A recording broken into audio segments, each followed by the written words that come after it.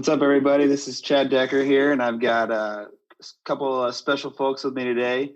Obviously, we got Chris Bennett here. Chris, you want to say hi to the folks? Hey, everyone. Thanks for joining us this morning. And I think the really special folk we want to introduce is Samson Williams, right? Absolutely. And we have a very, very special guest who was kind enough to take some time out of his day traveling the world and has joined us today. And we have Samson Williams with us. Hey, Samson, how we doing, man? Hey, what's up, beautiful people? Samson Williams from Chicago today. So what's up, everyone? Hey, Samson, can you give us a brief background and introduce probably for the two or three people that don't know who you are, that maybe aren't on LinkedIn for some reason or on some social media platform? Can you give us a brief introduction about kind of your background and what you're doing these days? Yeah. So before I told Chris, it took me 3 years to figure out how to tell people what I do in 10 seconds. So I'm a business consultant who specializes in crowdfunding. I'm a business consultant who specializes in crowdfunding. I've said this maybe 3 times in my entire life. It only took me 3 years to figure that out. And so where Chris and I intersect is I do blockchain trainings around the world. We've actually never met in the United States, or always meeting in Dubai or somewhere in the Middle East. And so when we do blockchain trainings, after 4 years of doing trainings, we boiled it down to what are we actually doing in the blockchain space. Once you get out of the enterprise level, when you get out of the enterprise level, you're raising money. And so I was like, we wrote a little book about it. And so now we're going to talk to you guys about what raising money means and why that's important to everyone in the blockchain space. Awesome. Well, thanks for joining us, Samson. I appreciate it. I know everybody's looking forward to this one. And Chris, I think you just got back actually from Dubai as well. What were you doing in Dubai? I was over there at this year's GITEX conference. So that's the Gulf International Technology Exhibition. Just an amazing 5-day conference around emerging tech. So really, really neat to see the growth there year over year, and to start to see all of these different areas of emerging tech starting to reach convergence and some of the amazing possibilities there. Of course, I was telling Samson it wasn't quite the same this year in 2019 because last year Samson was there and was proudly representing the forestry and agriculture division. So it was a vertical that was sorely underrepresented this year. But other than that, just a terrific show and a great opportunity. Last year, I was head egghead at Axes and Eggs for the forestry and agriculture, which I thought was hilarious. But, blockchain is so great when we talk about logistics, agricultural supply chain. It has so many applications. And so I was like, I'm going to be head egghead for forestry and agriculture. Is that an official position? It is now, yeah. Chris reminded me of it, so it is now. I'm going to update my LinkedIn shortly. Of course, if Anthony Day and the folks in Dublin are watching, that's also known as Axis of Eggs as well. It's true. We love the folks at Deloitte, Ireland. They're hilarious. Absolutely. Great folks over there. So, Samson, I know you travel a lot overseas, and you were just actually, I think, weren't you just overseas recently? Yeah, my most recent trip, we have some clients who are out of China doing amazing things with their Belt on the Road initiative. And so we were in Pattaya, Thailand, and then Bangkok, of course. And of course, you can't get there without stopping over to Dubai to do things that are done in Dubai. So, yeah, we travel a lot because America's like number 22-ish in the world for emerging technology, even lower for blockchain adoption. And so we go overseas because that's where all the money and innovation is happening, because it requires money to innovate. Yeah, it's a great time to be alive too. I mean, just with the internet, there's access to information all over the world. So it's incredible time. You guys are doing an amazing job out there traveling the world. I know spending a lot of days on airplanes gets a little tough, but you guys are really rocking it out there. So Samson, why don't we get started? So the whole idea behind this was at Blockchain Training Alliance, we focus primarily on enterprise solutions for enterprise corporate clients, supply chain, different various things. But there's not a day that goes by where somebody's not asking about raising money, about cryptocurrencies, about how to raise money. And quite frankly, that's not our area of expertise. So we thought, who better to have on and discuss it than the best known expert that we know. So can you give us a brief summary? First of all, what is crowdfunding for those that don't know? And how would you define crowdfunding? Mm-hmm. So crowdfunding is super complicated. If you've ever been to synagogue, church, mosque, and they pass a plate or a hat and you've donated, that's crowdfunding. It's literally called donation crowdfunding. If you've ever seen the Statue of Liberty, maybe it's this way, the Statue of Liberty, that was crowdfunded as well in pennies, nickels, and dollars way back when through the newspaper. So crowdfunding in the donation and reward space has existed for forever. And so it's not anything new. But these amazing little supercomputers that mostly I use for Instagram, they enable crowdfunding to be done on your phone, which is great because it puts the power of engaging your customers and engaging your audience in the palm of your hand. And so when I talk about crowdfunding, you're using the internet, the WWWs, to ask strangers for money. That's called crowdfunding. And so again, internet, strangers, give us money. That's crowdfunding. So there's donations, rewards, debt, equity, and royalty.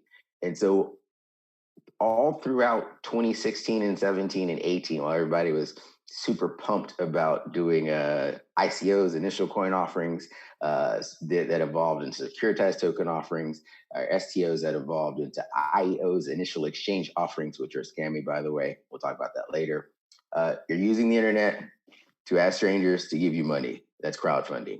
And so there are rules around that. There have always been rules around that to crowdfund. But in the blockchain space, how do you explain to people who are decentralizing everything that the mechanism to raise money for your enterprise, your project, it already exists? They don't want to hear that because it's like, oh no, we're going to disintermediate the government. And I'm like, hey guys, the SEC, oh man, we're going to have to remind me to talk about the CFTC, the Securities and Exchange Commission, and the Commodities and Futures Trade Commission. Lots of people are raising money, and they did that in 2017, 2018 through IEOs, STOs, token generating events, digital security offerings, right? That's crowdfunding. And so last year, 2017, 2018, that's $26.2 billion raised. No one got equity. So we focus on equity crowdfunding.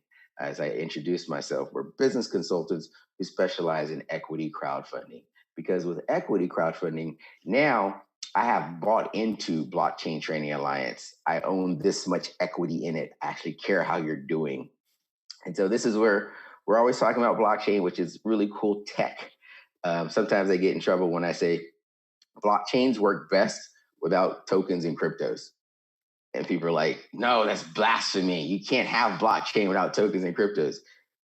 When you're chief egghead at Axes and Eggs for agriculture, we don't have any tokens or cryptos on our agriculture supply chains, right? We have a supply chain management tool that is blockchain based. It doesn't sound very sexy, but it is hell of important. And it does reduce some operational costs, but we're not going to Lambo moon with it. So if you have a crypto or a token, you are in fact crowdfunding. That's it. But in this instance, you're not giving up equity. You're giving up these little digital gummy bears. This is literally an ICO digital gummy bear, right? Is you can't see it, touch it, smell it, lick it, but it is fat free. But it's also free of any rights, voting rights, or equity in the business itself. Let's talk bad about EOS because they raised $4 billion, giving out a bunch of these little virtual tokens. And the people who invested, they didn't get any equity. So who cares? So we're going to talk about that too. So that's my long rant on equity crowdfunding. Awesome. Samson, one of the things I always loved about your messaging is it's so pragmatic, and there's really, especially with emerging technologies, I think a dearth of that. So many people get excited about the potential and kind of lose sight of the practical way forward. Mm-hmm. And I think so many of these startups in the emerging tech space have a really great technical idea that they formulate on a whiteboard. And then their very next step is to go out and start asking for money. And I'm just kind of curious, hear your thoughts on that. And what would you recommend to some of these startups? Are there any important prerequisite steps or roles that you make sure you want to have nailed down before you go out and start asking for crowdfunding? Yeah, most of the time people have really expensive hobbies, and so they don't know that, and they don't know what the sunk cost of actually starting a business is. And so because they don't know what that is, they have no idea of what they should be doing. And so when you're in the corporate world, they have tons of people who can help you with this, because they already have your research, your design, your HR, your marketing, et cetera. When you're an established business, when you're turning revenue, you've already paid that sunk cost. But when you're a startup, have you incorporated yourself? Literally, question number one, like, are you an LLC, a corp? Because again, you're going to use blockchain to raise money. Shameless plug, even if it's backwards, raising money. Written primarily by Maureen Morat, and I'm just stealing her glory. We have a checklist in here. And in this checklist, the very first thing is, are you a bona fide business? Then it goes on to other things that, if you're in the startup space, you just need to know this. And so startups, you've got this idea, then tell us the story. The moment you start off with trying to explain to me how your tech works, you're dead. You completely lost my interest, because your customers, they don't care how this amazing black box that I can ask question to works. They want to know, what problem does it solve for them in the real world, and can they use it today? And if you can't use that solution today, that's where you get into, you're about to issue a security. You don't know this, it's called a collective investment scheme. You're about to say, let's go raise money for a security. And so as a startup, one, are you a bona fide business? Two, how are you making that first dollar? If you can't tell me how you're going to make that first dollar, let's not worry about 199 million. Because if you're not a bona fide business, you're running a very expensive hobby. If you don't have a good product or service to make that first dollar, let's not worry about the rest. And last but not least, what's your story? Every dollar tells a story. And if you tell your story well enough, dollars will come listen to you. And so tell me that story that as a customer, as an end user, as a simpleton, I get it. So I understand, like, oh, this is a problem that your good product or service solves, and this is why I'm going to use it. Because particularly when we talk about raising money, revenue, actually selling your good product or service, revenue is the best capital in the world, and there's no money like revenue. But it's hard to get that over to startups, because they're like, we've got this unique snowflake idea. We sprinkle blockchain all over it, and we're going to go out and raise $1 billion. And I'm like, you don't even know how much does it cost to start $1 billion company? You've literally never sat down to write out your budget. And because you don't know what that budget is, you're like, oh no, we can do this. We can bootstrap it. It's sort of like if you ever walk up to buy a car, it's got a sticker price on the car. It just tells you, hey, this Corolla is $20,000. That's your sticker price. What's your sticker price for your startup? You don't know that because you've never literally just itemized your budget. We know that because we've done some research. A sticker price for a startup that has no revenue, might not have a product, is $178,000. And you're like, Samson, there's no way I'm going to spend $178,000 starting a startup.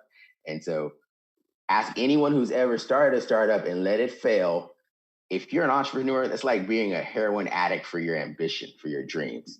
You will find $1,000 a day to fund your startup, to build your product, to get your brand out there, to go to conferences, to get on planes, to be traveling back and forth.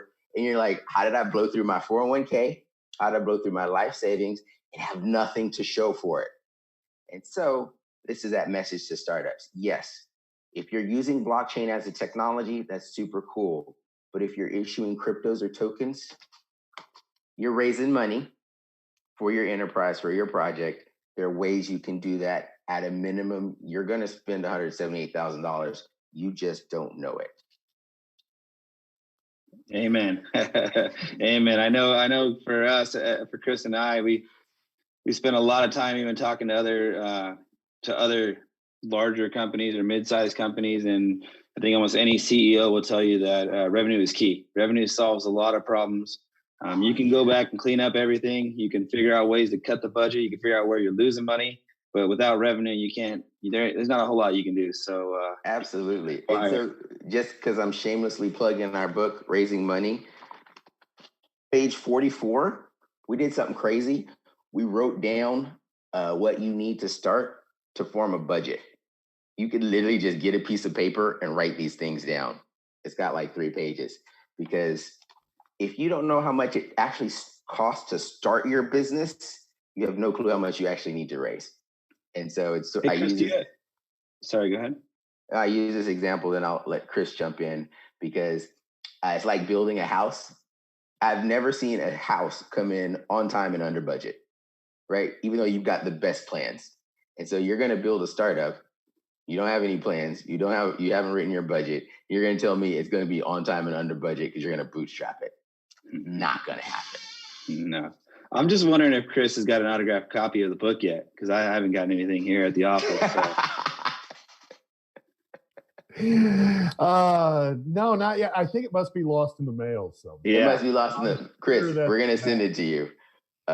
Yes, we're going to definitely get you a copy of the book. For everyone else, it's available online. I'll let you figure out where. Oh, you're not going to give us a little hint? Come on. Awesome. Samson, go ahead, Jed. Well, I was going to ask Samson just a couple questions, but I'd rather have you jump in here if you can, and I'll hold off here for a minute. I was just going to ask Samson, the being in the space that you guys are in, you're obviously working with a lot of startups, and I think it's critical before you go out and start asking for money and starting to look to raise capital, that you've had an honest evaluation of your idea. And I think sometimes as entrepreneurs that can be a little tough. We get a great idea, it becomes our baby, and we become very attached to it. And no one can tell us it's ugly. But what's some of the advice you would give startups for objectively measuring the quality of their idea and determining, whether it's something worthy of taking out to the crowd for funding, or whether it's something that maybe needs a little bit more formulation and time to incubate? Put it out, start selling it, right? People are like, oh, they start analysis paralysis. Nah, screw that. Literally say, here's my good, here's my product, here's my service. Go find one customer, ask them for feedback. This book is actually like the 4th iteration of this book. The first 3 iterations, number 1, it looked like a textbook, didn't sell, so threw that away. Number 2, I didn't listen to Jamil Sheikh from Chain House. He gave me some really good advice, so we changed the format on it, and then that actually started to sell. Number 3, when we had our classes, let me tell you how this actually came about. Startups were asking us questions, and I got tired of answering all the same questions all the time. I'm trying not to curse too much. All these questions all the time. And so we wrote this down so that when you came and asked us a question about your startup, you could actually go through that checklist, go through your budget. Because if your checklist isn't checked off, if your budget page is blank, we have nothing to talk about. 0. Go get a lawyer, pay him $800 an hour so they can walk you through this checklist, then walk you through your budget, and then come back to us. And so we took this internally for our clients. We now have what's called equity crowdfunding masterclasses, our raising money masterclasses. Hence why you can get the book at raisingmoneymasterclass.com, because folks, they come to our class, then we talk to them about blockchain. Everybody thinks, hey, I'm going to sprinkle blockchain on this. And we break some cold hard facts about blockchain to y'all. Blockchains work best with consortiums.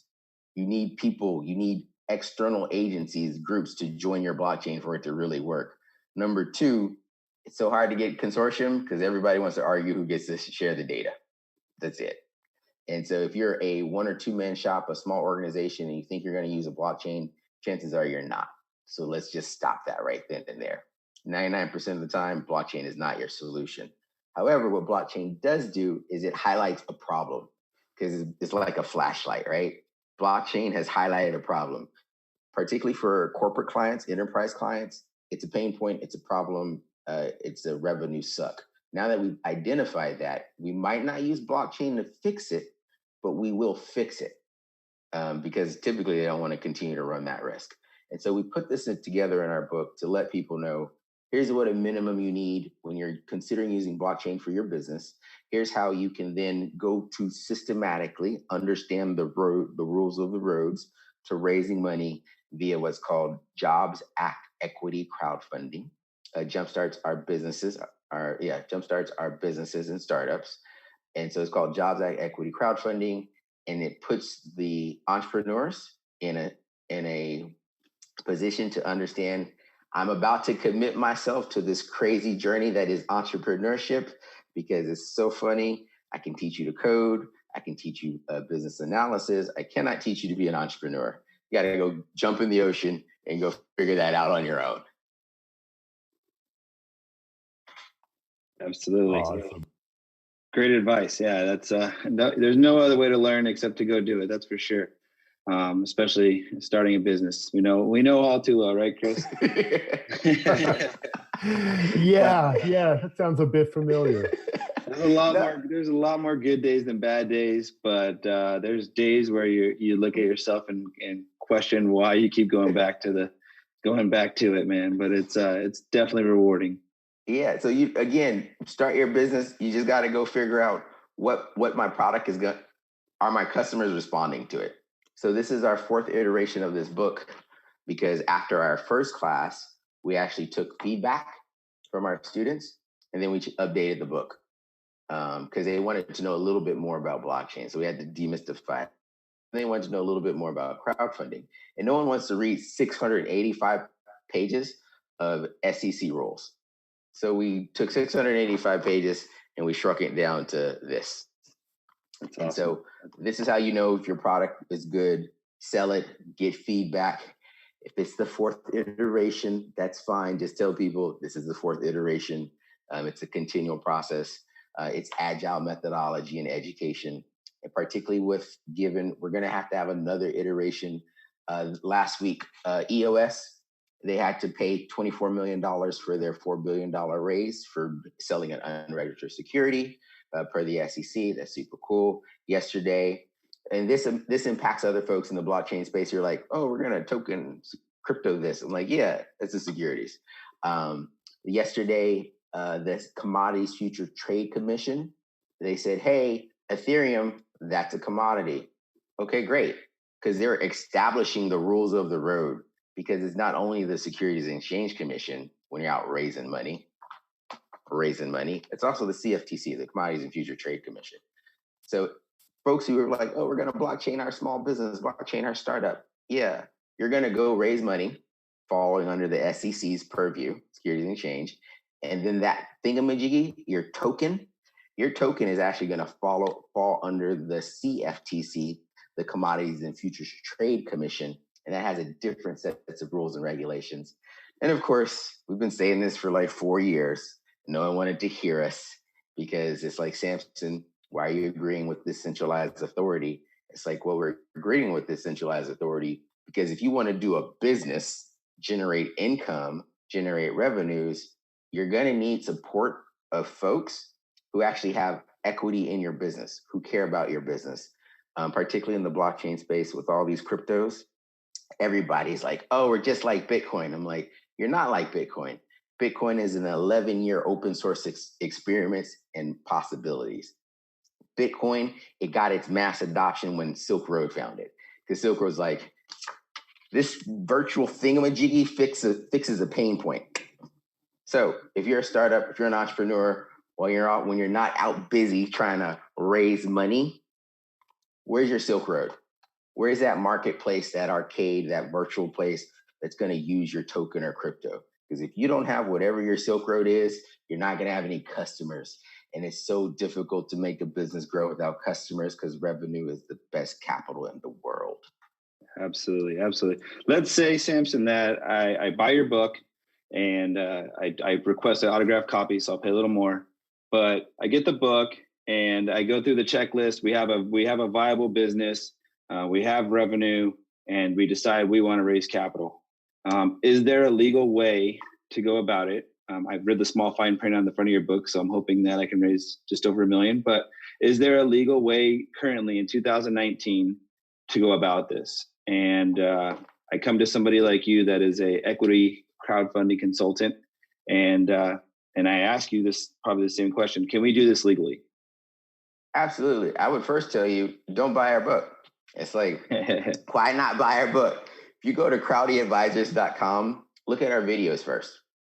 There's all this educational content online on YouTube. So I teach at the University of New Hampshire School of Law, as well as at Columbia University. I kid you not, if you follow me on LinkedIn, Samson Williams, and you go to Crowdy Advisors, you're going to get 90% of the content that we do because we beta tested on humans.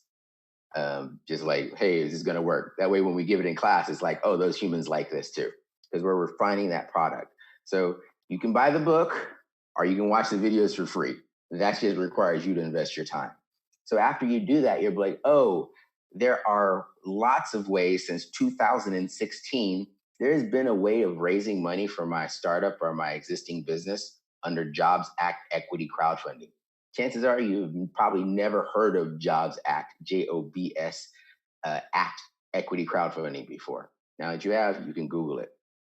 So under Jobs Act, Title III of the Jobs Act, it allows you to raise up to $1,070,000 from retail and accredited investors. And retail investors are normal human beings who happen to make less than $200,000 a year. So if you make $150,000 a year and you have less than $1 million in assets, you're a retail investor. So you could literally make $175 a year, have $800,000 in your bank account, you're still a retail investor. You can do something what's called Reg A or Reg A Plus, where you can raise up to $50 million using the internet. Remember, crowdfunding, you're using the internet to ask strangers to give you money. That's crowdfunding. So you have Reg A and Reg A Plus, where you can raise up to $50 million. There are some nuances. This is not investor advice because I can feel the spirit of Maureen right here telling me say those words. This is Maureen right here. You've probably seen her somewhere. She keeps me out of jail because particularly for fintech, financial technology, it's very easy to send value or money from point A to point B. It gets a little nuanced if you want to do it in compliance with global rules and regulations for KYC, for Know Your Customer, anti-money laundering. So Jobs Act, you can raise up to $1,070,000 using Reg CF. You can raise up to $50 million using Reg A Plus. And then there's something called Reg D. And Reg D has no limitations on how much you can raise. As a matter of fact, the Telegram ICO was a Reg D. And so if you heard, hey, Telegram, they raised $1.7 billion. That was an ICO. If you type in Telegram ICO Reg D filing, it will take you to the Securities and Exchange Commission page, and you can read all of their information because they have to submit it because it was a public offering. So they filed a Reg D. So in Reg D, you can raise up to a few $1 billion. There's another thing called a Reg S, and a Reg S just means you are opening up your deal that's in America to everyone in the world, to international investors. So it is completely possible that you're going to have a token sale. This is my token from New York. I'm going to sell this token, and you can raise, let's say, $100 million. And you can literally have everyone in the world participate in this. In the blockchain space specifically, Popcom, Popcom, Dawn Dixon, she's a beast out of the Capital Fundraising Center of the Universe, Ohio. She's in Cleveland. She used the internet to reach out to strangers to raise money using what's called a Reg CF. This was in April of this year. She did the first STO, regulated security token offering under Reg CF. She had 2,100 people invest an average of $560 on Start Engine. Start Engine is a crowdfunding platform, a FINRA, Financial Regulatory Authority, fundraising platform. So she had 2,100 people invest $560 on average. She raised $1.7 million for her STO. All of that information is freely available on Start Engine. If you put in Start Engine and Popcom, you can read that whole thing. We use a case study in our amazing book to help people know that. And then most recently, you've probably heard of Block One is EOS, Blockstack. So Blockstack, they're in the middle of their Reg A. I believe they've, as of like Monday, they've raised 23 million, more or less.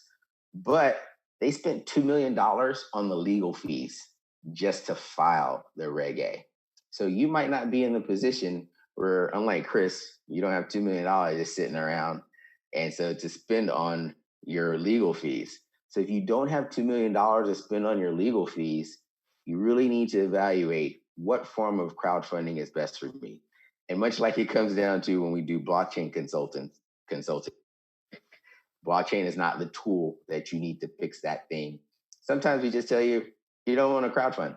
You need to raise money by generating revenue.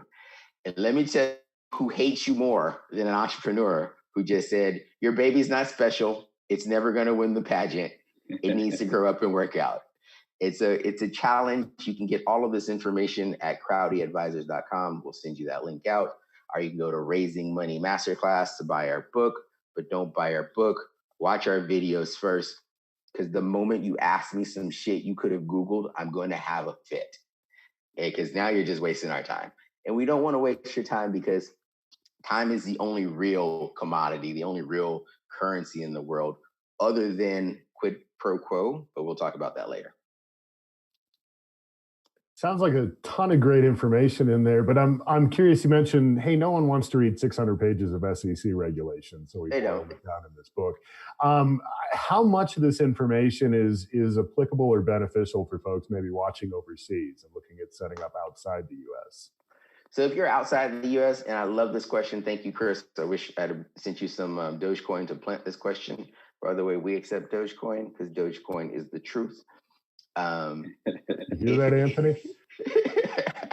So if you're outside the US, if you're in the EU, the FCA, Financial Conduct Authority, they have almost identical rules to the SEC and the CFTC. We go on that a little bit because last year we had a client in Germany. We helped them with their crowdfunding raise. It sucked. They only raised $142,000. It was just sucking. But because of their activities, they were able to, after the raise closed, they only raised $142,000. They were able to get a $10 million $10 million VC fund to invest in them. So yeah, we sucked at our equity crowdfunding raise.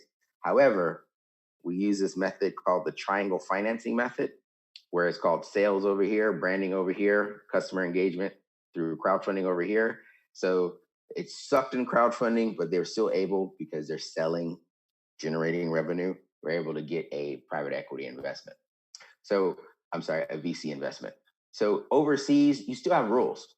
The FCA, the Hong Kong folks, even if you go on scammy Binance, and this is my own personal opinion that Binance is scammy. It's not the opinion of Blockchain Training Alliance, it's Samson's. If you go on scammy Binance, they still have rules of how you actually get your offering up there. So wherever you are, you're actually going to have to follow some rules. If you want to have the gold standard for compliance, because you're going to run a legitimate business and do pesky things like send out quarterly reports, either saying you made money or lost money, keeping your investors engaged. I don't care if you're in Dubai. I don't care if you're in Ireland. Excuse me. You can even be in Mauritius, throughout Africa. You have rules and regulations. If you bring them up to American standards, you're pretty much good universally, meaning 95% of the things you do to bring it into compliance in the US is going to work overseas. So if you're in India, FEMA, the Foreign Exchange Monetary Act, shuts down all types of STO, ICO shenanigans. If you're in Germany, the EU in general, again, you have crowdfunding rules. The difference is that in the EU, you can raise up to $8 million in their crowdfunding rules. Whereas here in the States, you can only raise, using Reg CF, you can only raise up to $1,070,000. So again, crowdfunding is not a new thing. What happened was when it got signed into law in the States in 2016, you had the Brave ICO that happened in March of 2017. They raised $34 million, $32 million in like 17 seconds. That was actually a Reg A deal as well. They just called it an ICO. ICO is a marketing term. That's it. Because people want to know, what are you actually giving me, the investor? And if you have folks, if you're using the money, using the internet to ask strangers for money, that's crowdfunding. And so these strangers who last year you called participants, this year you're like, oh yeah, they're investors. They're going to know, what am I investing in? So it doesn't matter if you're in the States, if you're overseas, the information here is pertinent, but don't buy the book. Go watch the videos for free and then buy the book. Because if you ask me a question that you could have Googled, I'm going to have a conniption. He will too. I've seen it. Most of the time it's me asking the question. Yeah. And we primarily focus on getting your business right. Because if you can't block and tackle, let's not worry about the special team shit. It's just not helpful. So if your business fundamentals are off, don't worry about trying to raise money. Literally go generate revenue. It's so hard to get people to stop believing the VC and hedge fund mythology of you're a $1 billion company on paper. WeWork, I love what happened to WeWork, because the moment WeWork said, hey, let's go IPO, and you put the crowd, the investors' eyes on that deal, they were like, you and SoftBank are engaged in some shenanigans. We're out. So WeWork went from a 60 billion valuation on paper to what is the actual good and service you provide? Nothing. Now they went from 60 billion to 10 billion to they withdrew their IPO, because when you have a crowd of investors, everybody gets a little baby shark from Shark Tank reference. They're able to actually sniff out the bullshit. And so this is why crowdfunding works so well when you use our crowdfunding, our triangle financing method, because we focus on sales, marketing, branding to generate revenues. Branding over here, if you have a great brand, if you're Blockchain Training Alliance, everybody knows your brand. It's what you do, right? It lowers your customer acquisition costs. And so if you're a startup or a business, what's your customer acquisition cost? Bet you don't know. Uber spends $6 billion a year in marketing. Why? Customer acquisition, zero loyalty. The moment another ride-sharing app comes up, I'm out. So when you use triangle financing, sales over here, branding over here, customer loyalty is the base. And customer loyalty is, are your customers your investors? Have you ever thought about making your customers your investors? Because when you make your customers, these folks, your investors, it changes your business model. Because not only do you get customers, you actually get an entire sales force of people who are out talking about your good product or service for free, because they've got skin in the game. They've given you a couple $100 and now they care about your success. When a VC gives you money, it's like, hey, Chad, I want to give you $10 million for 40% or 60% of the Blockchain Training Alliance. Number one, you don't know that in 18 months, you're going to be out as a founder. Why? You founded a business. You've never scaled a business. It's not that you're not great. You just never scaled a business before. You're out. Number two, when a VC gives you $10 million, you're going to spend 60 to 40% of that on customer acquisition, sales, marketing, biz dev. They don't tell you that. So in this triangle financing methods, let's focus on generating sales. Let's focus on creating your brand, because a good brand reduces your customer acquisition costs. And let's take your customers and make them investors. The moment your customers become investors, guess what happens? Your customer acquisition cost drops, your brand goes up, and now you have a self-fulfilling cycle of awesomeness where your customers buy your products and increase your brand. This sounds crazy. And people are like, Samson, why doesn't people always do this? Well, before May of 2016, you couldn't do equity crowdfunding to retail investors, to your customers.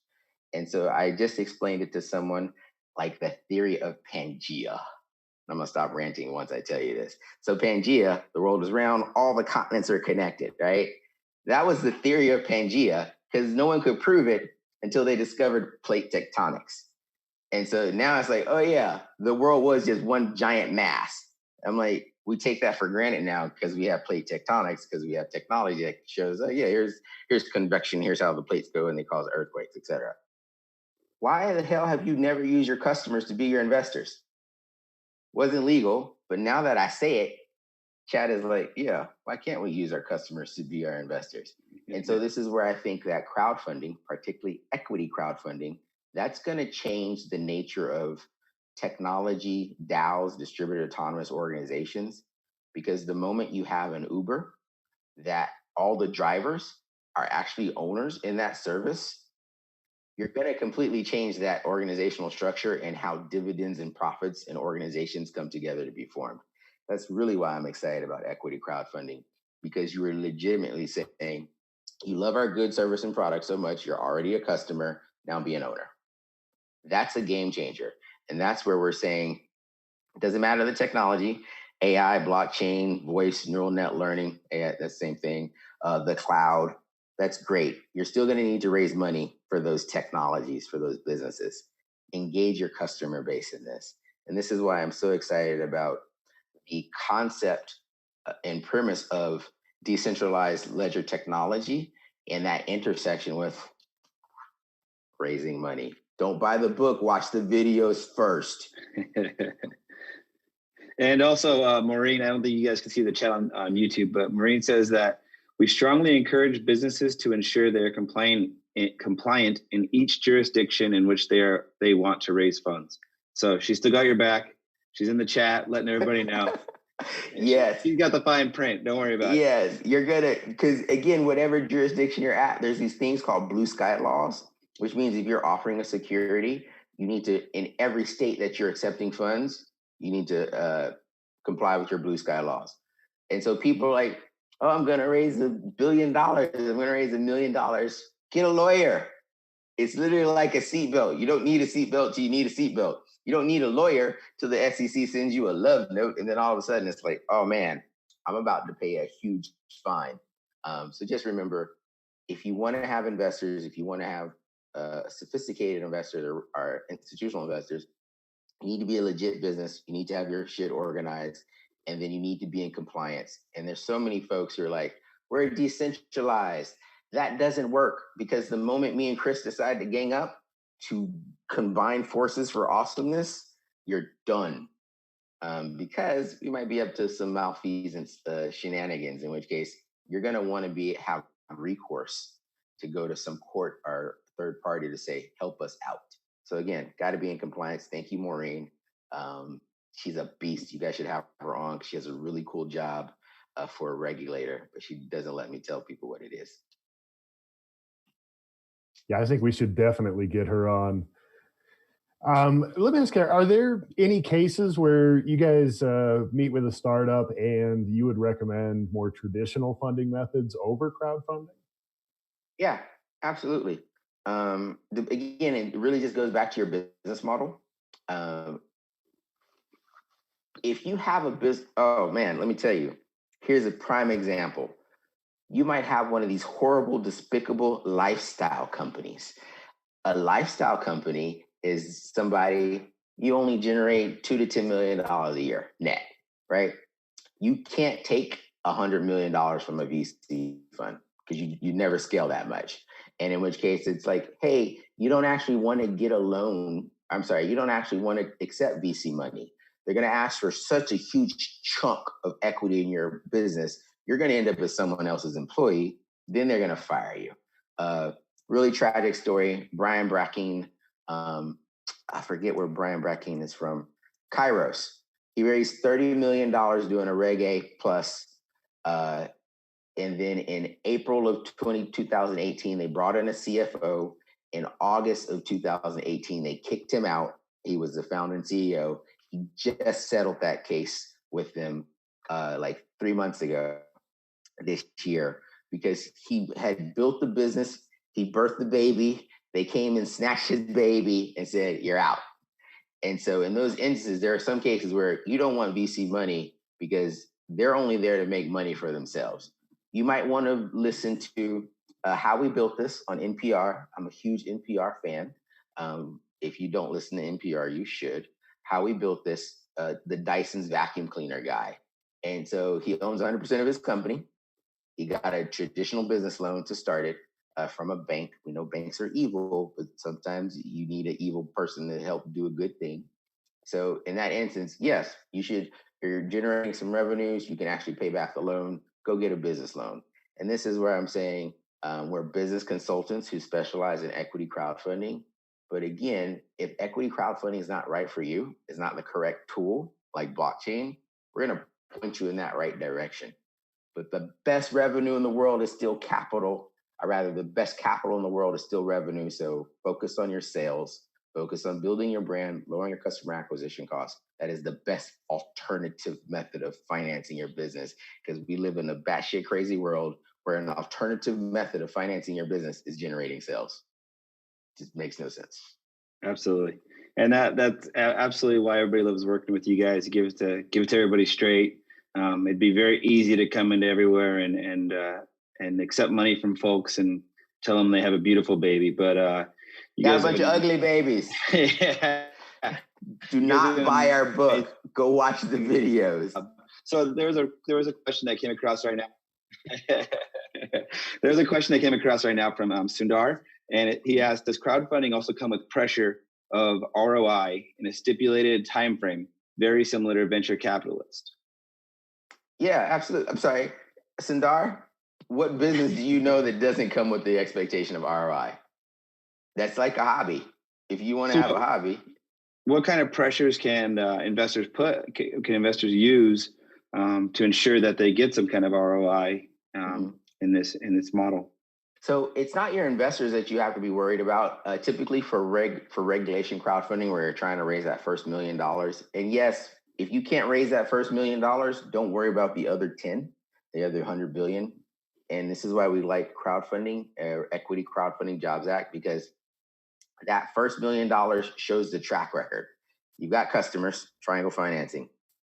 You're focused on sales, you're building brand, and you've got customers, right? Customers who are now investors. And so the pressure that comes is the pressures of just running a business. Have you made payroll? Are you current on your taxes? What do your KPIs look like? Your key performance indicators for sales and marketing and market traction.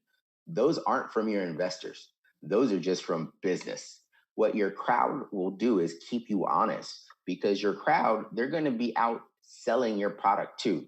The moment they buy into your cell phone company, they're now one of your largest sales force. If you're delivering shitty quality product, they're on the hook for it, because they've told everyone in their community, buy Sundar's cell phone.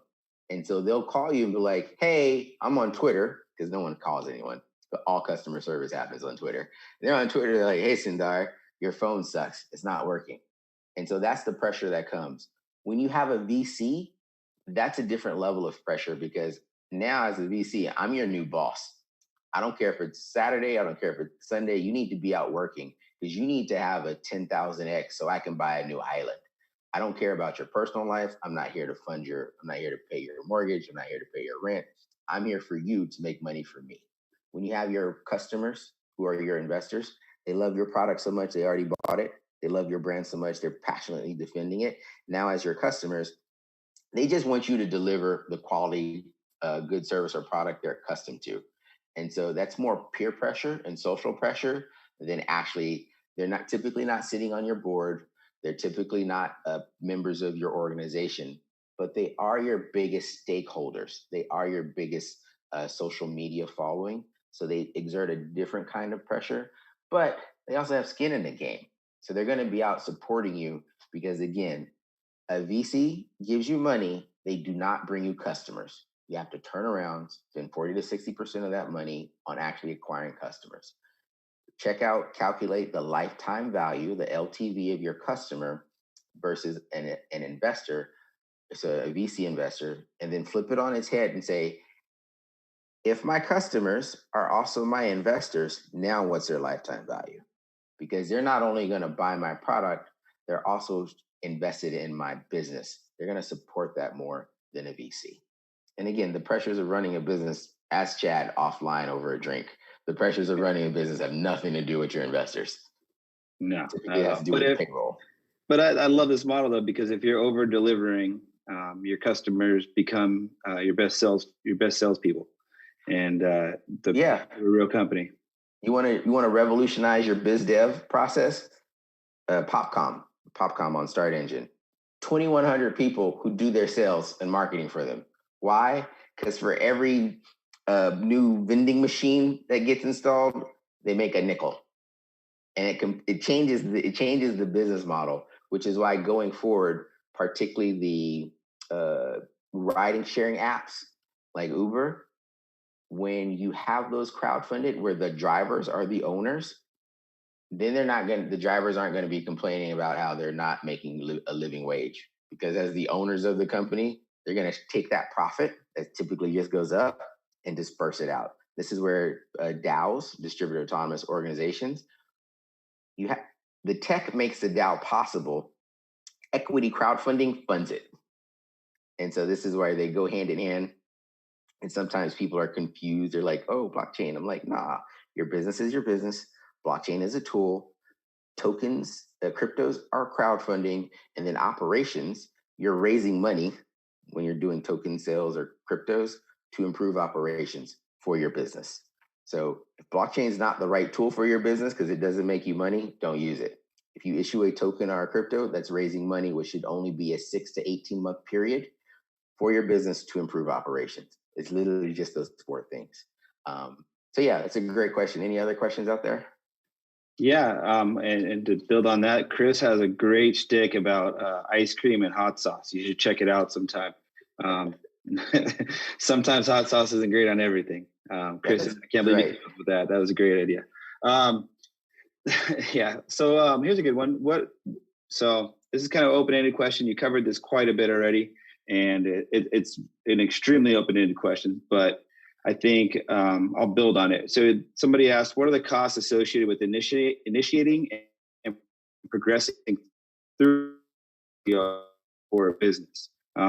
Obviously, you just talked about a couple of them cost up to $2 million. What would you say minimum if you're thinking about this? What's a minimum line of threshold that you should have put away in order to start even exploring an ICO? Let's not even talk about ICO. Let's talk about building a business, starting a business, right? Mm-hmm. So you're saying, hey, I want to start a business. What's that minimum? You don't know the sticker price for a business. It's not like walking up to a car that has a sticker price on it. I'm telling you, the sticker price for a startup is $178,000 and you haven't made any money. You're like, Samson, that's bullshit. That's crazy. Get a pen, write down the expenses. You will learn that an accountant, a CPA, and a bookkeeper are 3 different things. And you have to pay them. It's crazy. People want to get paid for their services. And so it's like, oh, typically they're going to cost you around $3,000 a year for these 3 different services. That's $9,000. You haven't even done it. Yes, I'm giving you numbers based on the states, but if you're abroad, whether you're in Chennai or whether you're in Dubai, it's going to cost you something to get your business started. So to start a business, you're 178K in. That's the sticker price for your business. We spent 3 years trying to figure this out. Because the hardest part was, how do you convince Chris, whose business has just died, when he's blown through his life savings, to tell you how much he spent? And to then go through the PTSD-inducing itemization of this. It's $178,000. I know you're thinking that sounds crazy, that you can bootstrap it, but trust and believe that's how much. So when you actually come to this amazing triangle, this is sales. Typically, you're going to spend around $60,000 just trying to get sales. Sales, marketing, and advertising are 3 different things, and that doesn't include your AdWord budget. $60,000 for sales, marketing, advertising, your AdWord budget plus your biz dev is super cheap. Ask Chad. He's like, yeah, it is really cheap. Brand, all the things that Blockchain Training Alliance and you are doing. Brand is like, we are Blockchain Training Alliance. You come to us for the dopest and decentralized ledger technology training, right? That's their brand. They had to pay a lot of money to build that brand. Let's assume you only put $60,000 in it. $60,000 is literally 1 good conference. Ask Chad, he'll be like, yeah, if you want to go to GuideTex and these other conferences where no one knows you, $60,000 is nothing. Why? Pay for your booth, all your marketing material. And then you do something crazy because you take 3 people with you and you have to feed them. And they don't all want to just row a boat there. They got to get on an airplane. Triangle financing, right? Sales, brand, customer engagement. If you've already invested in sales, if you've already invested in branding is important because it lowers your customer acquisition cost. You don't know how much that is, but we can do the math for you. We have a video on that, actually. You go watch that first, do the math. It's actually pretty simple. There's an Excel spreadsheet that helps you calculate that. Now it comes to customer engagement, customer loyalty. Right now, your customers have no incentive to be loyal. You're already in it for 60K here. You're already in it for 60K here. How much does it cost you to tell your customers, hey, become mini owners. So if you're doing a Reg CF deal and you've already got your sales and your branding, you've already got $120,000 sunk. If you want to do this at a minimum, it's going to cost you $22,000. Why? There's just some paperwork that you need to fill out. So if you're coming from overseas and you want to come to America, one, you need to set up a business. So you set up, we do some business in Chennai, India, so I'm going to use that. You're coming from Chennai and you want to come set up a business here in America. Great. Delaware, Texas, Florida, pick a state, doesn't matter where you incorporate. Depending on the law firm you run into, it'll be like $30,000 to set up a business. You're like, why? Samson says I can get it set up like a tenth of that for $3,000. Because you can't start selling. We're now going to start, we're going to offer our customers the opportunity to invest in our business. That's going to cost you around $22,000. If you find our workbook, there's a page that goes through that talks about the general cost of setting up a business and the cost of crowdfunding itself. I don't remember the page off the top of my head, but I'm probably going to find it. It's on page 43, and it talks about your crowdfunding campaign.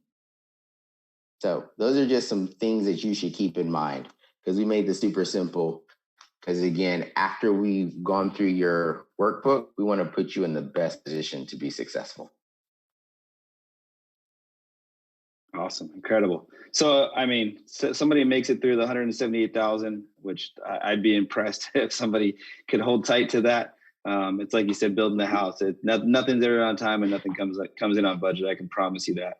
So what you don't know is Chad is thinking that is so cheap. I wish I could have launched this business for that. Yeah, exactly. So 178,000, you're cranking, you're running, you have customers. You're saying at a minimum, you're going to spend $22,000 to go to your customers and make them investors. At a minimum, just bare entry, probably you're looking at least $22,000. And most of that $22,000 is on things like, I need to make a video to tell my customers they can now invest in my cell phone company, right? If you suck at making videos with your cell phone, a video costs whatever a video costs, right? You can spend $30,000 on a video. If you are amazing at making videos with your cell phone, then just use your cell phone to do that. The other thing, when you're issuing shares, you're going to have to go to a CPA, and they need to certify your books. They need to audit your books, because you're going to show to the crowd, here's the health of my business. And once Chris and Chad and your other investors start looking at your sales and revenue model, they're going to ask you questions. If they're not up to snuff, at least 10 people out of your 1,000 of eyes are going to be like, this is like Uber. These numbers don't add up. So you're that $22,000. And again, somewhere in this book, it lists those things out. It actually walks you through, here's the administrative costs. If you're already doing sales and branding, you've got those sunk costs built in. This last cost, that $22,000, it includes like sales, branding, marketing to let your customer know, buy into our business. You can not only buy our good product or service, but you can also buy equity in our business. Because equity crowdfunding works just like Shark Tanks or Dragon's Den. Everybody gets to be shark, and they say, do you like our business? We're offering this much of our business, this piece of our business for $1 million. The minimum investment is $100. The minimum investment is $250. What is going to compel them to invest in your business? So one of my things I have here is storytellers. All you techies out there building stuff, I do not care. Hire storytellers, writers, graphic novelists, etc., to tell the story, to have that emotional connection. We call it head, heart, feet. Head, your customer base knows what it is you do. Heart, they feel some type of way about it, preferably like we should buy that thing because it solves a real problem. Feet is that clear call to action. So when I tell you, don't buy this book, you're going to immediately go and look for this book, because now you're susceptible to marketing, FOMO. And so now that you know this, it's like, oh, how much does it cost you to actually communicate what your good product and service is, and that people can actually now invest in your business? So Chad, $22,000 is the minimum, but you just have some administrative costs and like a video cost in there. You could potentially lower that but you got to thinking it's a new paradigm, sort of like Pangea. You're already doing sales, you're already doing the branding. Have you ever made your customers give them skin in the game for your business? The folks who do this best are the beer companies, because brew dogs, they crush it all the time. The moment Chris invests in brew dogs, you will never walk into his house with another Heineken, because he will tell you to get out, never come back, because you are disrespecting this brew dog house with that Natural Light PBS Budweiser crap. And so this is an opportunity for you to make your customers loyal, because it goes back to what's the lifetime value of your customer as an investor. Yes, you want them to buy your good product or service, but you want them to be a sales, marketing, and biz dev arm for you for free.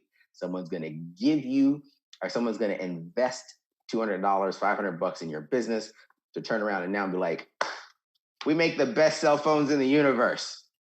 That's priceless. And so following our triangle financing method, if we fail at raising you money, we will either have increased sales or increased brand to reduce your customer acquisition costs. Because I tell people, if you spend $22,000, $178,000 and the only thing you do is increase revenue X percent, you were going to do that anyhow.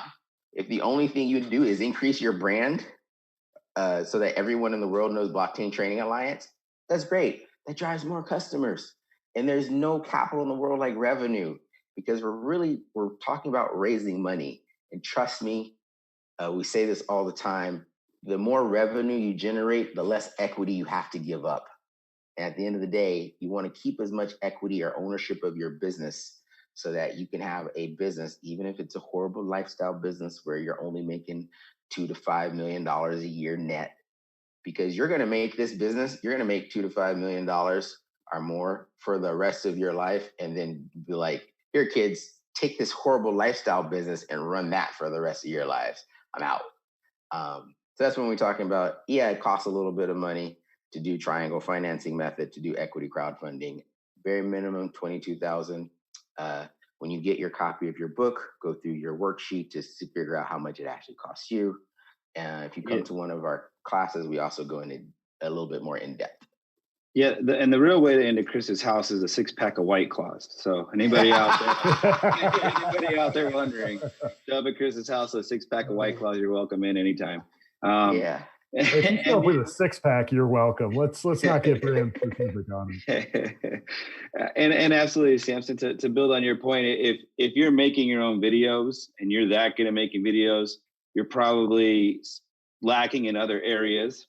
So you're gonna have to pay somebody to make up for those deficiencies in those other areas. So if you think you're great at making your own videos and marketing, I promise that you're probably weak somewhere else, and that you're gonna pay somebody to make up for those deficiencies, and that's part of the deal. So there's always costs associated. Even your own time is worth something. So Samson, I got another good question, if you don't mind, if you have a little bit more time. I got as much time as you need.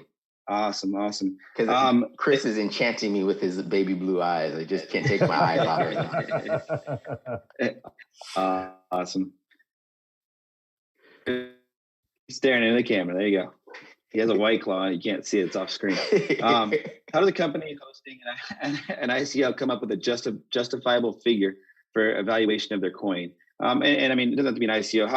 How does somebody that wants to crowdfund come up with their initial pricing? Is there a way to do it? Is there a worksheet in your book? And how would you recommend going about that? So this question came up. We're working with Jamil Sheikh from Chain House to do the business analysis, our business calculations for valuation. Particularly if you're in a new vertical, it's very hard to come up with a legitimate valuation. So you need to do some financial forecasting. Here's our business model. Here's how much we charge. Here's our entire vertical. People like, oh, there's $20 billion or $20 trillion in this. I'm like, okay, of that 20 trillion, what percent are you legitimately targeting? Can you legitimately say, here's our possible conversion rate? It is rarely higher than half of 1%. It is rarely higher than half of 1%. Say that again. And so then you can sort of determine what your valuation is. The moment you put your deal out to the crowd will be like, your numbers don't add up. You saw this with Uber just last week. They went from $60 billion. They had to show, I forget their forms. They had to show their IPO forms, and the crowd sniffed out the bullshit. And so part of that is you do need to come up with some reasonable valuation. There's no hard, fast science to it yet. We're trying to add a little bit of science to that. So in iteration 5 of this, we will have something specifically on financial modeling. So that is something we work with our clients to do.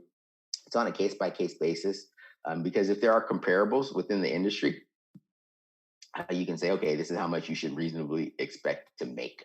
But remember, all the money you raise, if you didn't raise it from these guys, your customers, you're about to spend 40 to 60% of that on customer acquisition costs. So this is where crowdfunding can give you that customer loyalty. Absolutely. I think it's probably similar to pricing out any type of product that you want to sell, right? You got to be honest with yourself first. And then it doesn't take very long. The customer is going to tell you exactly what it's worth. And this book, just to give you an example, iteration 1 of this was $365. I'm not even joking. We were trying $365. And because if you didn't want to invest $1 a day in growing your business, go away. In Creole, it's called Voyam Jete. It means just go away. And so now it's $49.99. Part of it is, how much does this bad boy cost to print? In order for us to get this kind of quality look and sheen and whatnot, it costs $31 just to print this bad boy. And so this is $49.99. And then we charge you $5 shipping wherever you happen to be in the world. And we get, Maureen yells at me because the good folks from Slovenia ordered this book. It costs more to ship the book than it does to print the book. Those are things that you're just going to discover as you start your business. So we charge $49.99 of this. It costs us $31 to actually print. We make a little bit of money, but I will tell you, don't buy the book, watch our videos, because the videos are free. How that helps our business model, I don't know. Maureen will yell at me about it later, and we'll figure it out. I had no idea that was Creole for go away. I just thought that was a nickname you made up for me. An affectionate nickname.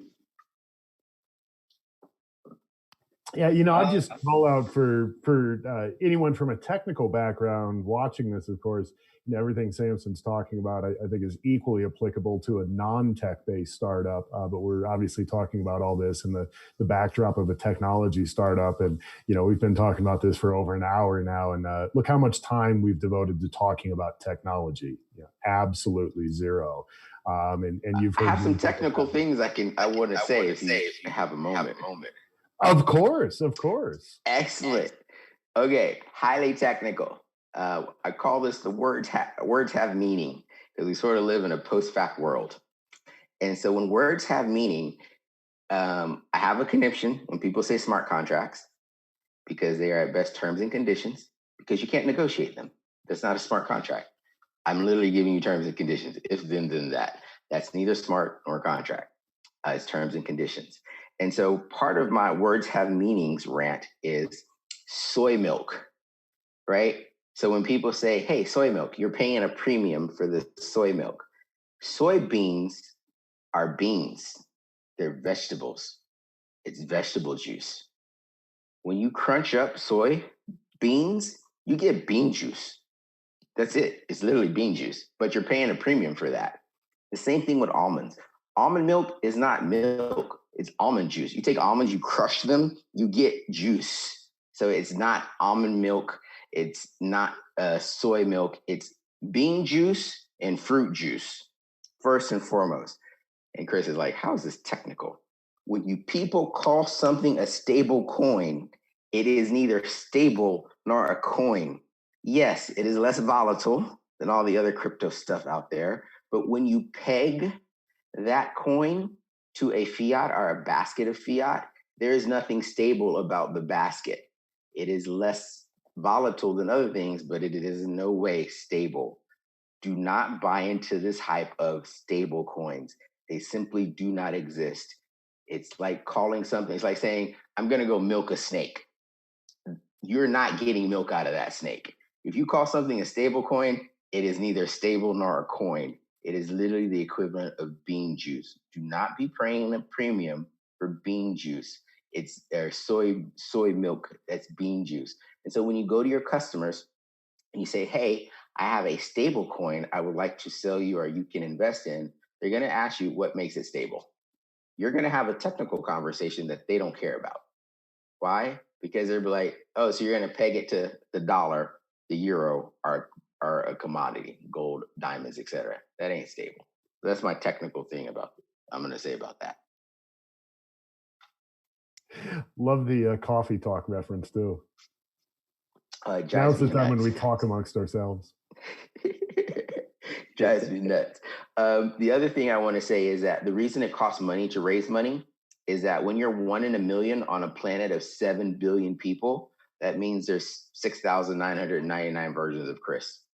They're all dedicated, eager, and ambitious. And probably 10% of them have an idea that's identical to yours.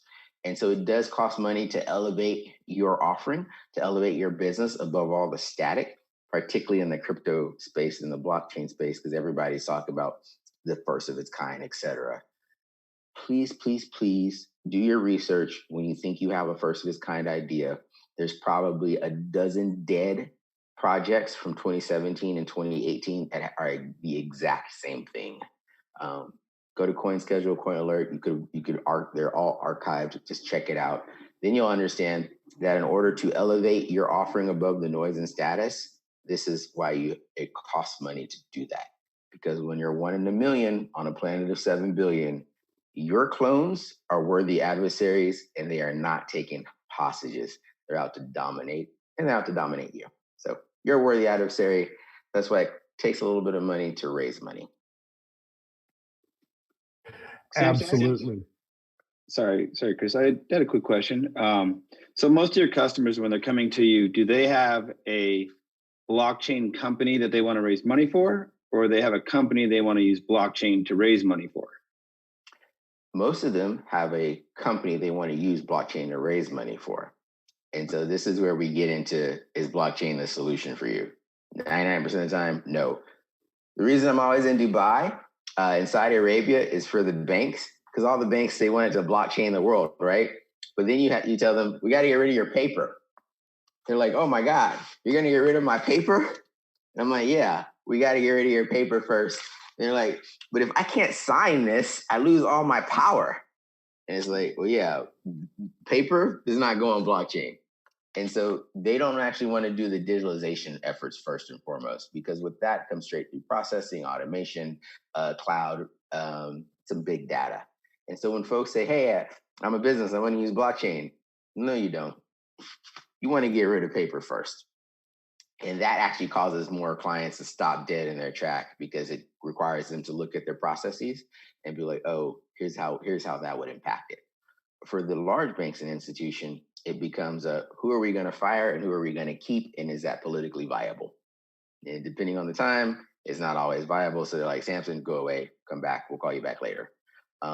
So it doesn't really matter where you're at in your journey. You're going to start a business.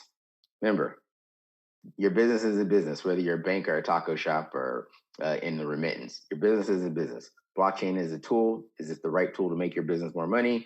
I don't know yet. If you issue ICO or tokens, that's crowdfunding to raise money for your business to improve your operations. So again, it doesn't matter where you're at in this journey.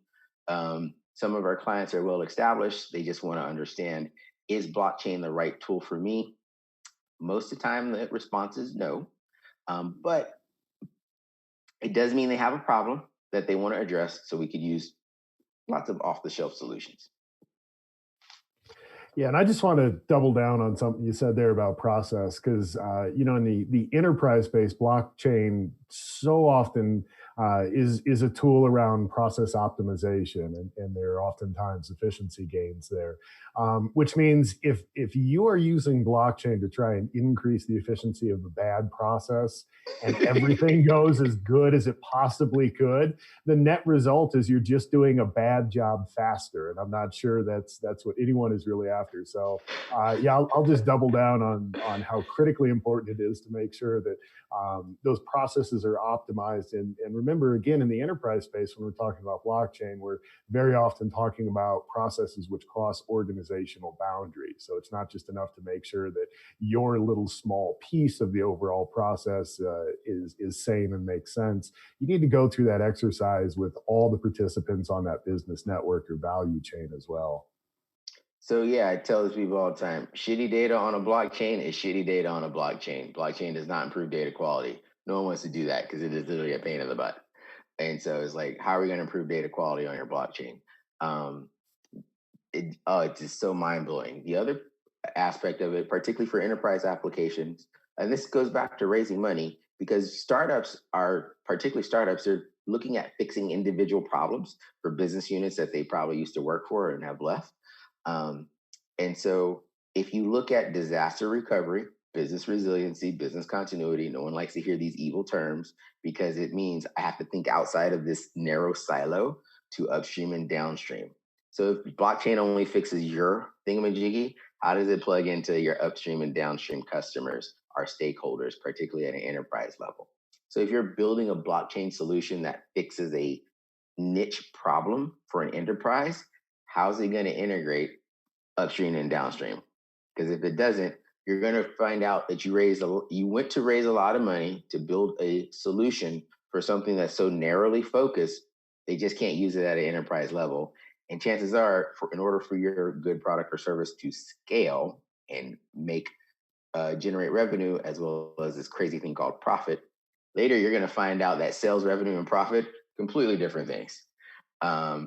You've got to really be focused on, as a startup, as a business person, how are we going to tackle the business resiliency, disaster recovery, IT part of that thingamajiggy we're about to build, both upstream and downstream.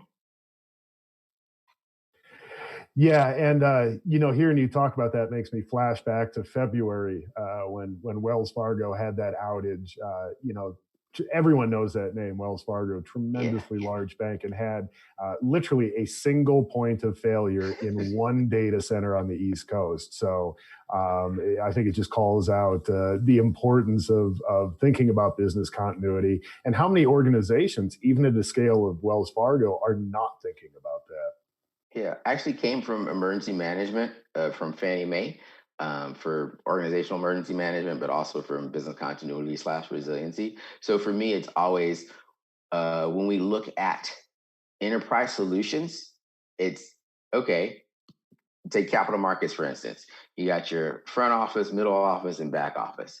If you're only building a solution for the middle office, because so many middle offices are being automated, what are your downstream and upstream implications of that?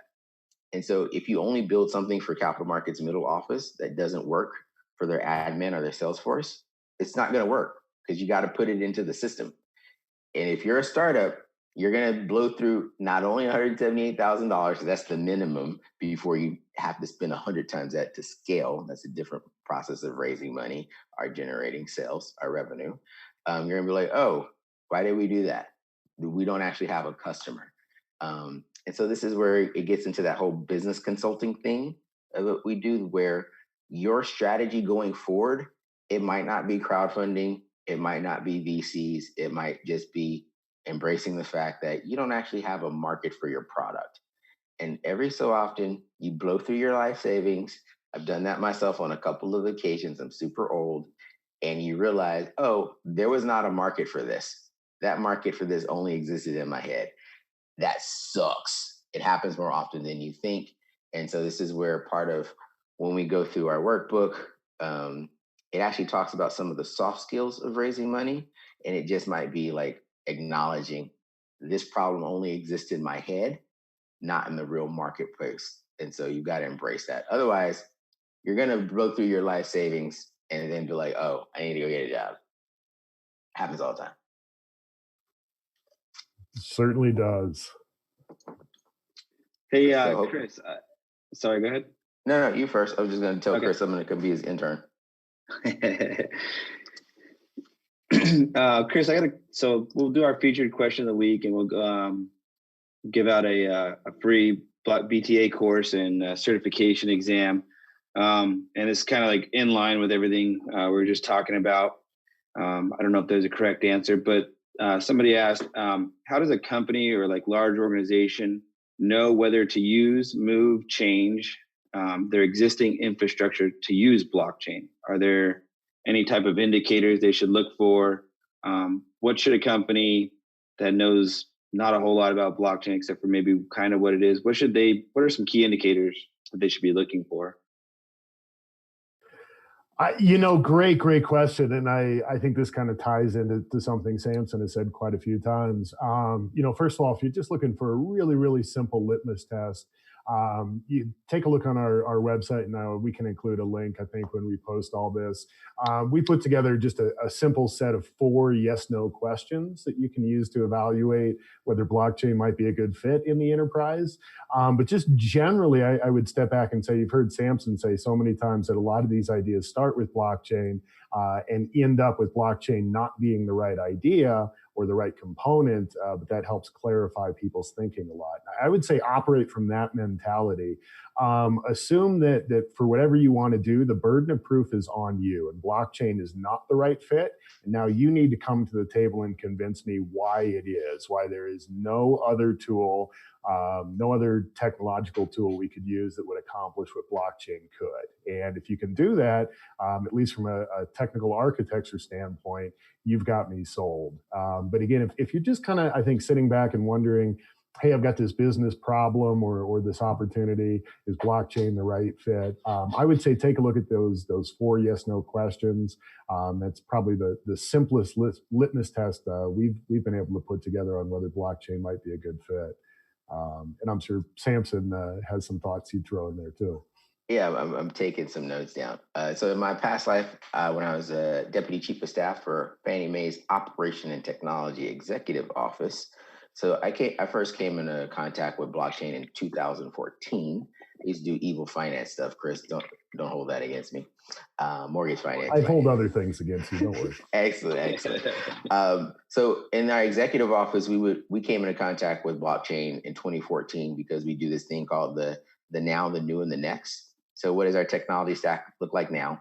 What is new in the next 18 to 24 months? And what's next after that, meaning what's in the next 3 to 5 years? So in 2014, blockchain was the next technology. Like, hey, in 5 years, you guys will be seeing this in enterprise. Because part of it is it requires you to do capital infrastructure investing. Because you might have just overhauled your back end. You literally just brought a brand new Cadillac, and here I am trying to sell you a Maserati. I don't need it. We literally just overhauled our back end for finance, for operations, et cetera. Which means for you guys who are entrepreneurs, your sales cycle is 10 years long because the actuaries are like, we just bought a new back end. We're not switching. Why? It means like, oh, we invested a couple $100 billion or a few $1 billion or $1 million in this. We're not buying your blockchain thing. It means your sales cycle is 10 years long because in 10 years, they'll be looking for an upgrade. So that's the first thing to know as an entrepreneur. You might just be, your timing is off. The next thing is when we look at every large business, particularly Fortune 500 businesses, they have pillars, operational pillars of excellencies that are typically have KPIs, key performance indicators. So does overhauling their system to use blockchain align to one of their pillars? Maybe, maybe not, something you should ask them. The next one is profit drivers. Most enterprises don't care how much it costs to do something, so long they're making X ROI. If it costs $1 billion to make 100 million, okay, this is how much it costs. If you say, hey, we're going to come in and save you $500 million, they say, is it going to increase the profit from 100 billion to 200 billion? If the answer is no, then they're not interested. Because what is 500 million compared to another 100 billion? And so you got to keep this in mind because that might just be a matter of timing, in which case you've come up with a really cool solution to a problem, but they're just not interested. And there's nothing that you can do to get them interested in it at this time. There's some political considerations depending on who's the COO, the CIO, and how their back office operates, how their executive office operates. If they're a new CEO or a new CIO, and they need to make a splash to show they're really innovative, that's probably your best time to come pitch them. because they're looking for something that they can help brand their own image internally. That's another level of politicking that doesn't involve technology at all. Great answers. And this is a two-part question. So from Hasib, I appreciate Hasib. We'll be sure to reach out to you. Is blockchain becoming is there anybody that's helping to make blockchain standardized? Will it become standardized? And he says cloud native has some sort of standardizations like Kubernetes clusters and Docker containers. Is there anybody working on this? Is it already happening? Or will it happen here in the future? It's going to happen when we determine who wins the blockchain wars. Yeah, that's it. The reason there's cloud native standards is because Dell makes most of the hardware for IBM, Amazon, etc. The precious, that one blockchain that rises above the rest. EOS doesn't care what Tron is doing, doesn't care what Corda is doing, and Hyperledger is just probably already been hacked and they just haven't announced it yet. So there's no standard to that because it is about competition as to who has the fastest customer adoption for their chain, for their protocol. And so that's where in the cloud space, Alibaba, Amazon, IBM, Microsoft, those are standards because everybody uses those. There are some other smaller guys, but even they comply to these guys for interoperability purposes. That's my take. What about you, Chris? What do you think? Yeah, it's an interesting question. And, so much of what's happening in blockchain, at least in my mind, parallels what happened with the internet so many years ago. And I think anytime we have a desire to have a decentralized technology and decentralized governance behind it, those standards just take longer to develop. For example, if you look at the internet, there was no centralized governing body that assigned the HTTP standard to the W3C. That just kind of organically fell into place. And it takes longer for that kind of governance to take shape and form. Clearly, with the emphasis we have on decentralization and blockchain, that seems to be the route that we're going towards. So, yes, there's a lot of conversation. No, there are very few, if any, official governing bodies around this. But I think it also presents tremendous opportunity, and that's one of the things I think is most exciting about blockchain right now. If you're in technology, if that's what you do professionally, chances are every technology you've worked with up until this point, those standards, those best practices, those have already been defined for you, and you just learn those and adopt those and integrate those into your work. Now there's a technology where if you actually want to have a hand in helping to create and define those standards, you can. And to me, that's tremendously exciting. For some people, that can also be tremendously terrifying. But if you're someone who kind of thinks about it more along the first line of thought there, that it's something exciting and attractive, then this is a really, really great time to help define those and to get involved with the technology. Cool. Yeah, cool. And Samson Marine says she doesn't yell, which so she said she doesn't yell at you, and we have a super smart female business partner as well, and she doesn't have to yell at us for us to fall in line either. So she's got laser beams for eyes, man. Laser beams for eyes. So we know, and so Maureen says she doesn't yell at you. So that's a lie, first off. But I do want to say, I know we're going to be wrapping up in a moment. Bitcoin, I love saying the statement because it gets people annoyed. Bitcoin is the Model T of cryptocurrencies. I'm going to repeat that for you if you didn't hear. Bitcoin is the Model T of cryptocurrencies, meaning it started, it's 11 years old, in tech space and blockchain space as ancient. There are new Teslas coming out that will actually do what Bitcoin never did or was never designed to do. So Bitcoin was never designed to work at an enterprise level. That whole electronic peer-to-peer cashless system did not involve exchange, custodians, SEC. It involved peer-to-peers. So just keep that in mind as we look at the crypto space. Bitcoin is the Model T of cryptos. It works for what it's supposed to do in a peer-to-peer system. Me and Chris can send money back and forth. Once you involve all these third parties, it's not supposed to do that. So there's new things that are coming out, which will be blockchain-like, and then the definition of what's a blockchain will continue to evolve, because we're talking about standards. We don't even have a standard definition of what's a blockchain.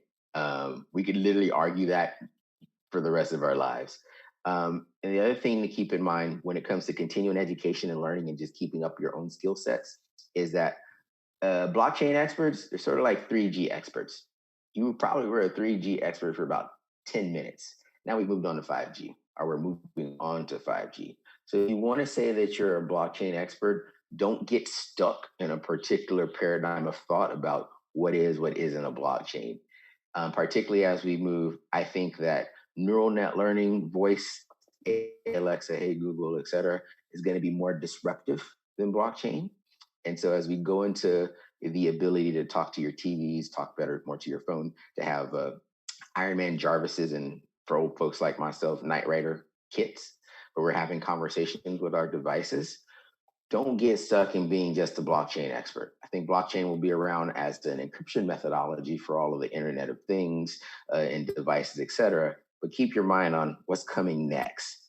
All of this because in order to raise money, if you're an expert at what you do, and people know you're an expert at what you do, it gets exponentially cheaper to raise money because the technology changes, but the need for startups and businesses to raise money does not.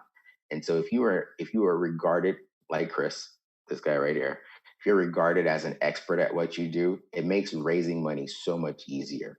So always continue to invest first in yourself, first in your education, so that regardless of what the tech is, when you do come to the point where you're looking to raise money, even if you don't use equity crowdfunding, if you use traditional funding, VCs, banks, etc., when they ask you, are you an expert?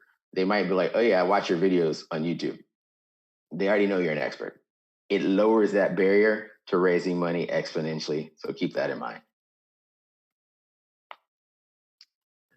Yeah, solid advice there. And I think in a way that kind of goes back to what we were saying about the storyteller.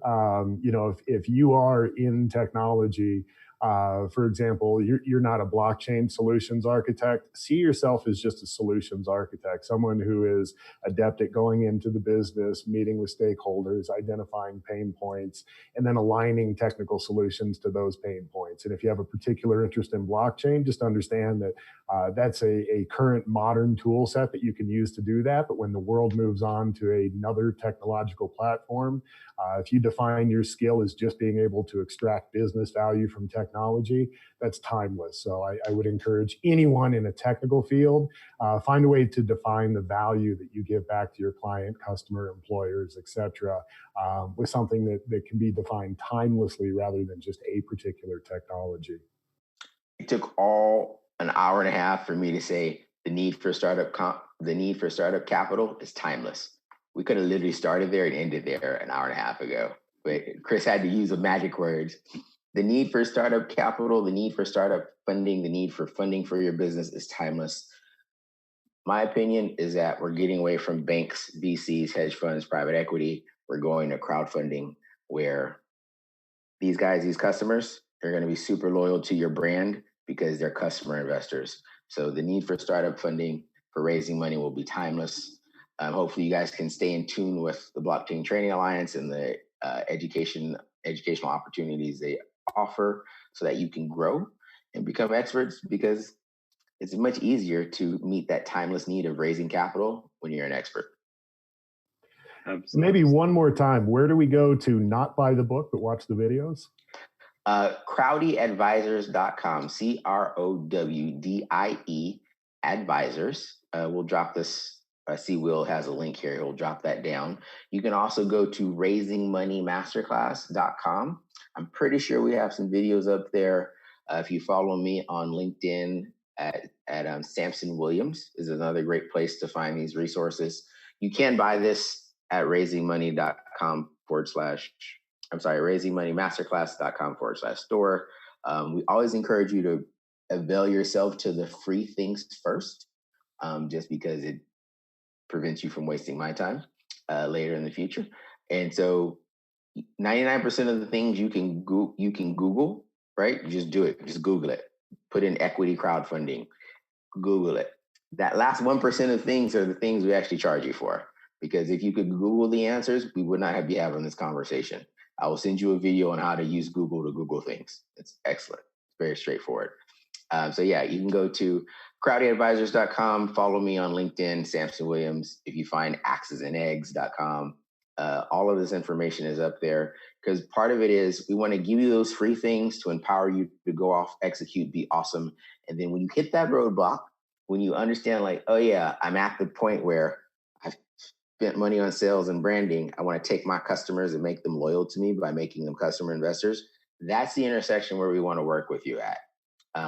We do have clients who we work with other business consulting stuff where it's like, you don't want to use blockchain. You want to use an off-the-shelf solution. And then we help explain to the executives how you go explain to the board members how they don't want to fall for the hype of blockchain and fall for here's how it's actually going to help make our business by just getting an off-the-shelf solution. And remember, as entrepreneurs, sometimes we're so focused on the top of the mountain, we miss all the gold at our feet. So don't do that.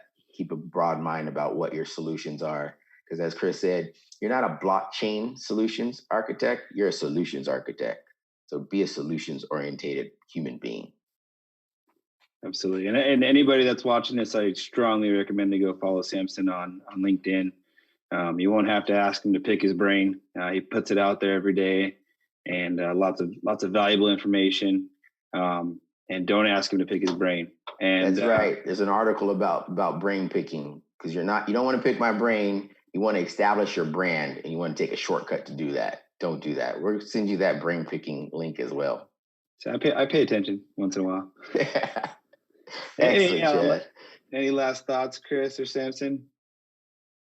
I just, big thanks to Samson for coming on today. This has been a lot of fun. And I think we've also talked about a lot of stuff that is helpful for a lot of these startups, especially the ones in the technology space, because it's so easy to over-index your focus on the technology and not pay attention to a lot of the other critical pieces.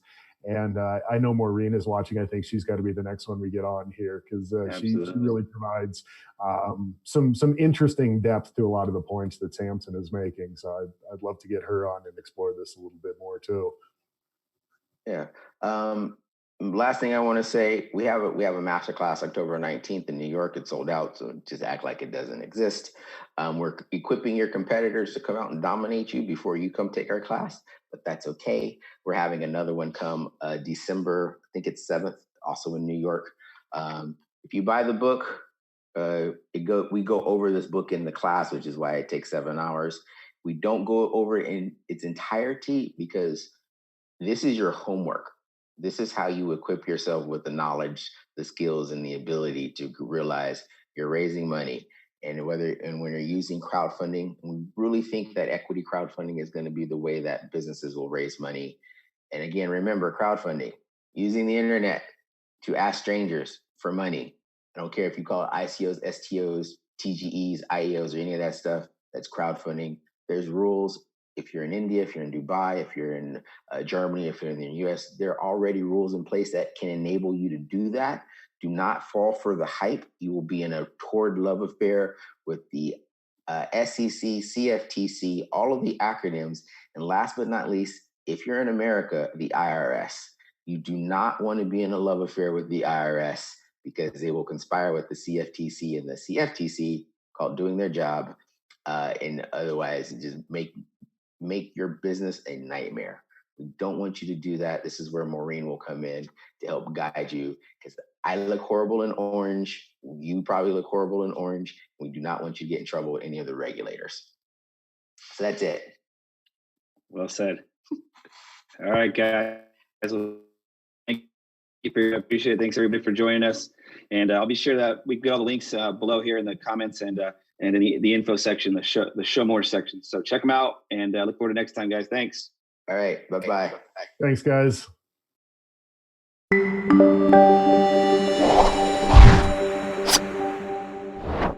There's a crazy amount of information being put out about blockchain on a daily basis. But when it comes to blockchain education and certification, Blockchain Training Alliance has become the clearly trusted source for individuals and organizations. With all that noise out there, it can be pretty tough to understand this technology or the implications it might have on your business.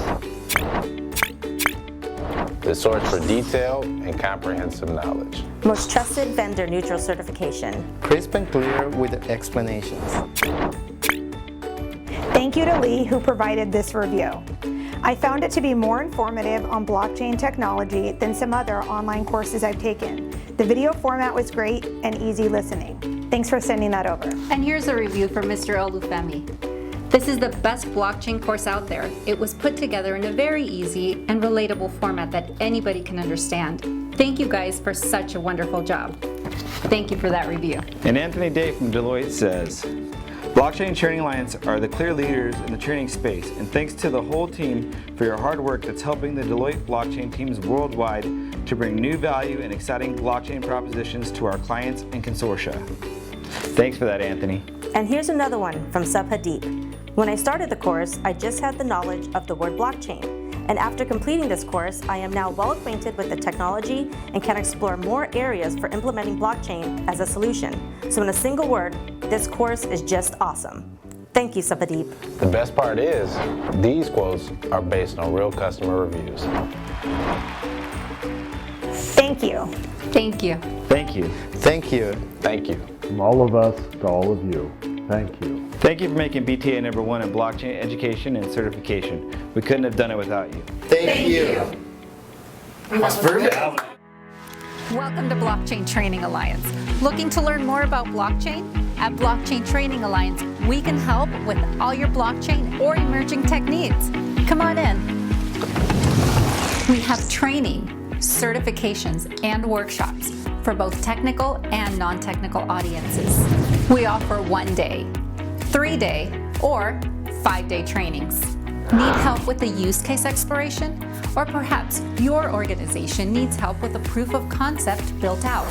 All of our trainings, workshops, and certifications have been specifically designed with organizations and enterprises in mind.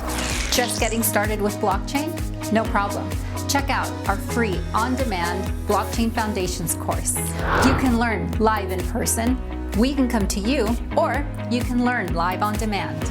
We have a number of on-demand courses, including data science and blockchain, healthcare and blockchain, blockchain security, and more. For technical audiences, we have both on-demand and live training on Hyperledger, Ethereum, and Corda.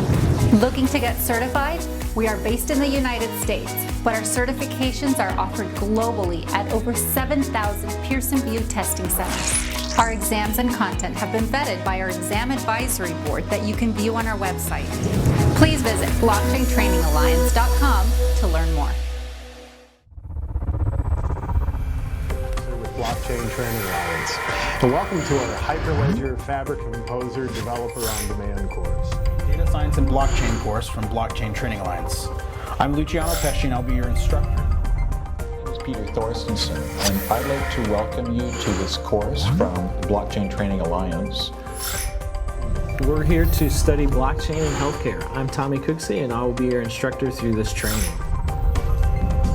You want to become an Ethereum blockchain developer? Welcome to the Blockchain Training Alliance's course on blockchain architecture. To understand the My name is basics Chris of Bennett. blockchain. I'll be your instructor. Blockchain Business Fundamentals course from Blockchain Training Alliance. My name is Chris Bennett. Introduction to Blockchain Security course. I'll be your instructor today. My name is Howard Poston.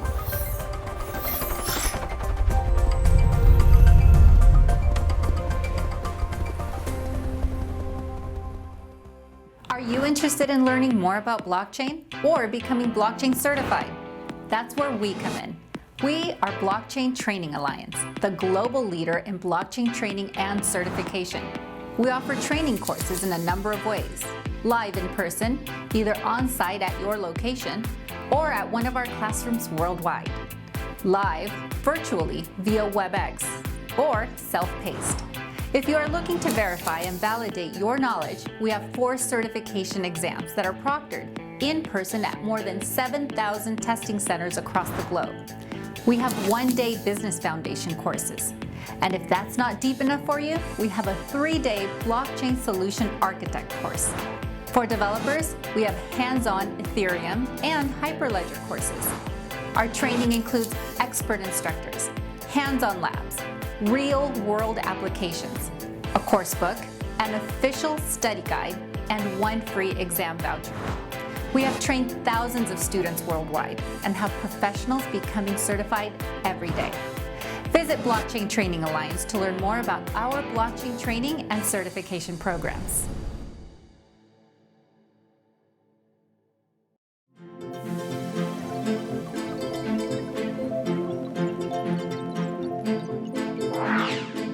There's a new technology that has the power to revolutionize how you, businesses. When you hear about blockchain, you probably think of new, high emerging tech. Let's start by understanding why we even need to have an identity on the blockchain. It's really important to have blending, but it's also important to be able to have share weighted. When a transaction is conducted, it's posted across tens of thousands of computers. Permissionless blockchains. We can talk about some of the differences and what each different type of platform. This allows blockchain to serve as a truly reliable storage of public records and transactions. We all carry the internet in our pocket. We can transfer money at the touch of a button. So now, in this exciting time in history, every kind of asset from in traditional cybersecurity that we're all used to, we're very perimeter focused. Let's go ahead and define that. Let's talk about what blockchain is. And as you start to get involved in blockchain, one of the first